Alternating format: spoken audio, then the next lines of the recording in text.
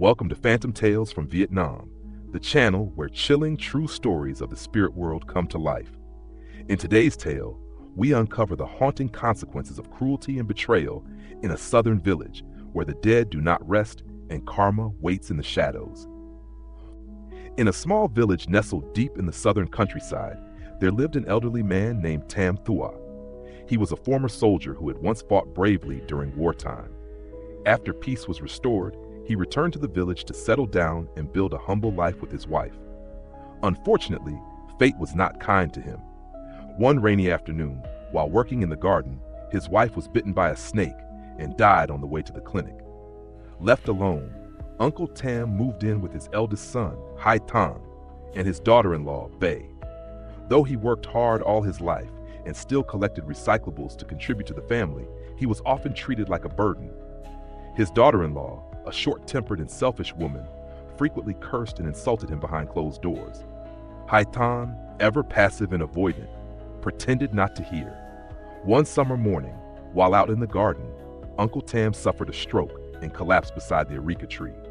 It was the youngest grandchild who found him lying there, half conscious and unable to speak or move. They carried him inside and called a local healer. Though he survived, the stroke left him paralyzed from the waist down.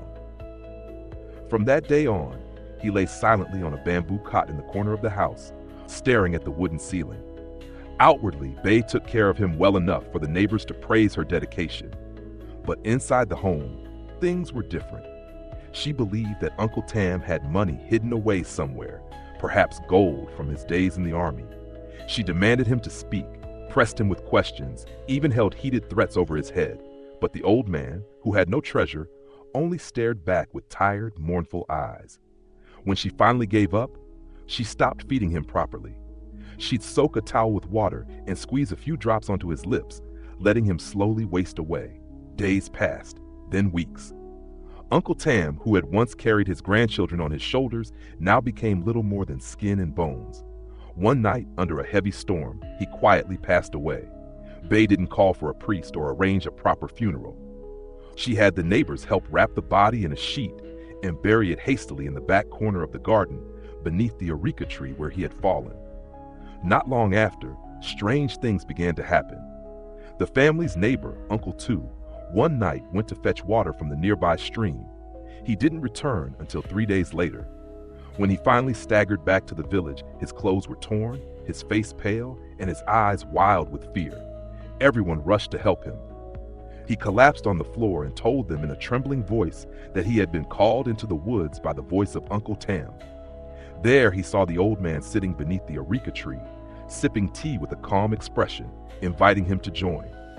But the moment he sat down, vines coiled around his legs and shadows loomed. He realized he couldn't move, couldn't even scream. For 3 days and 2 nights, he was trapped, surrounded by whispers and laughter that seemed to come from nowhere. He only escaped when the villagers lit incense and called his name at the foot of the tree. That story sent chills down the spines of everyone who heard it. Even so, Bay remained indifferent. She scoffed and said that it was just an old man hallucinating. But then the hauntings began. In the dead of night, Bay would hear dragging footsteps in the hallway, always stopping right outside her door.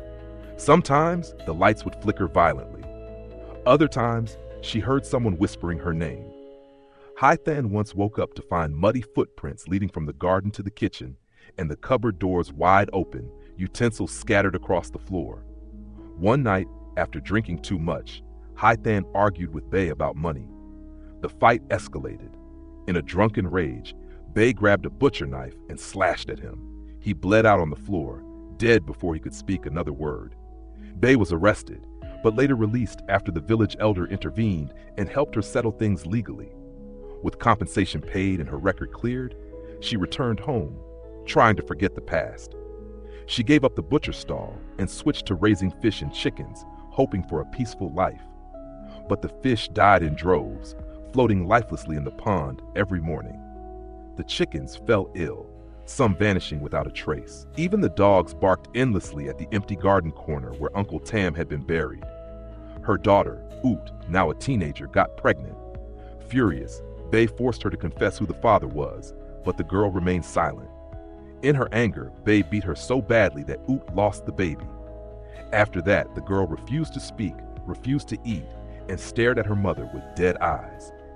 Eventually, her older siblings took her to the city to live with them. Left alone in a house that now felt darker than ever, Bae started to lose sleep. Every night, she dreamt of Uncle Tam standing at the foot of her bed, his eyes hollow, his mouth moving but no words coming out. One night, she woke up to find her ankles bleeding, as if something had whipped her repeatedly. Soon after, her body began to fail. One morning, she collapsed in the yard, screaming that something was pulling her down. She was paralyzed from the waist down, just like Uncle Tam had been. Her left hand curled inward, unusable. Her mouth drooped, making her speech slurred and nearly unintelligible. One night, after soiling herself and crying out for help, she passed out on the floor. When she awoke, she found her fingers bitten, bones exposed. A trail of blood led from her body to a hole in the wall. Rats had gnawed at her in the night. It was Oot who returned just in time to find her, still barely alive, and rushed her to the hospital. After 2 months of treatment, Bae survived, but only barely. Her body was broken, her mind fragile. The villagers say she sits by the window all day, staring into the garden, mumbling apologies to a shadow no one else can see. And beneath the areca tree, the soil still sinks a little more with every passing rain, as if someone beneath is still breathing. Thank you for listening to our story. We appreciate your time and support. Don't forget to follow the channel for more spine-chilling tales from Vietnam. See you in the next story.